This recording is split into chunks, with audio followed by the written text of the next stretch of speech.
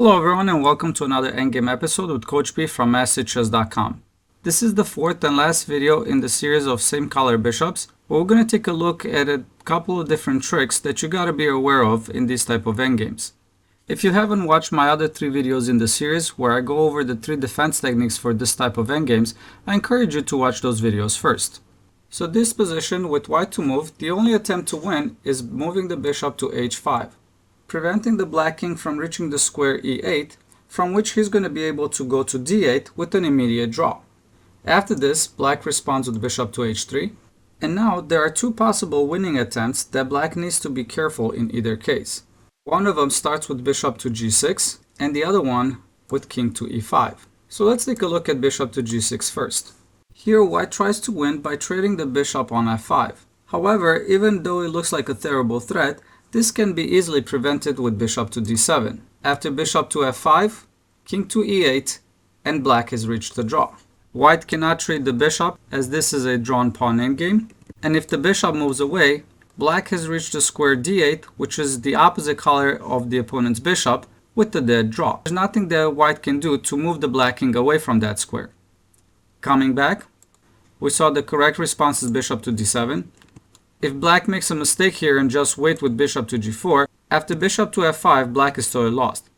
If he captures the bishop on f5, after king takes f5 and king to e8, we've reached a winning pawn endgame. After king to e6, king to d8, and pawn to d7, the black king is forced to move out, and after king to e7, white will promote the pawn, winning the game. So coming back from the very beginning, we saw that bishop to g6 is being met with bishop to d7, where black can reach an easy draw. So let's take a look at the other scenario with king to e5. This is the most dangerous winning attempt.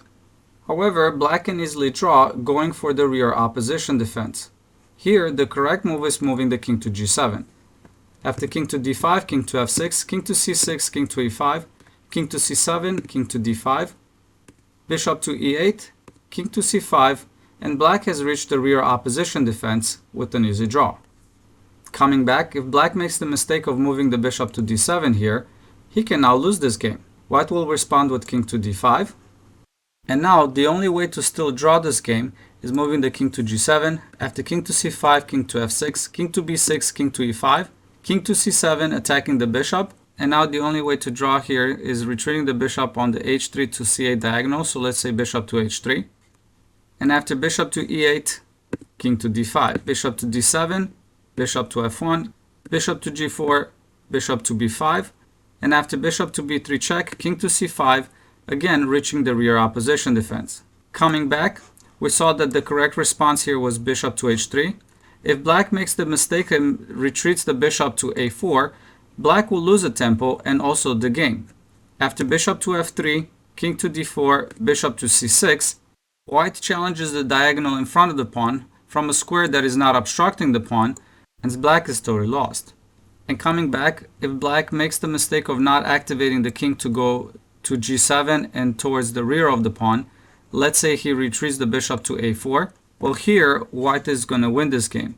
After king to c5, bishop to d7, king to b6, bishop to a4, king to c7, bishop to b5, white will activate the bishop to g4, after bishop to e8, bishop to f3, bishop to b5, bishop to c6, challenging the diagonal on a square that is not obstructing the pawn, and now black is totally lost. After bishop to e2, the pawn will march forward, promoting on the next move and winning the game. And as you can see, these positions are not trivial, and the only way to master these endgames is watching these lessons and then practice them against the computer until you fully comprehend them. So I encourage you to visit my website masterchess.com, where you will be able to do that. All you have to do is go to masterchess.com, click on Endgame versus Computer, same color bishops, and then play against the computer. Thank you and have a great day.